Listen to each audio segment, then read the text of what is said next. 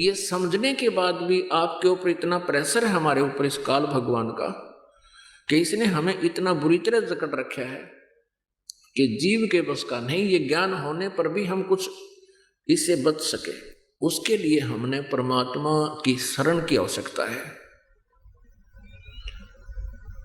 शरण ऐसा समझो जैसे आप समुद्र से पार करने के लिए किसी जहाज की शरण में आगे समुद्री जहाज में बैठ गए, तो आप जी को इस संसार सागर से पार होने के लिए इस परमेश्वर के नाम की अर्थात इसके शरण की आवश्यकता है। और आपको वो शरण, वो जहाज अब मिल गया है।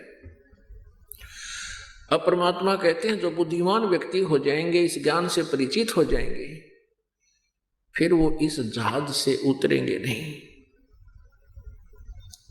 परमात्मा कहते हैं एक फार्मूला है परमात्मा पाने का और काल के जाल से बचा रहने का।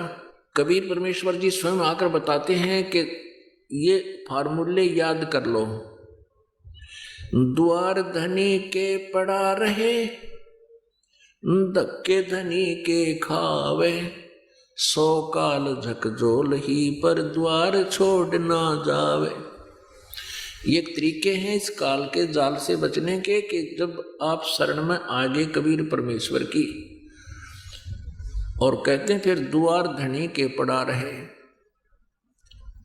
और धक्के धनी के खावे।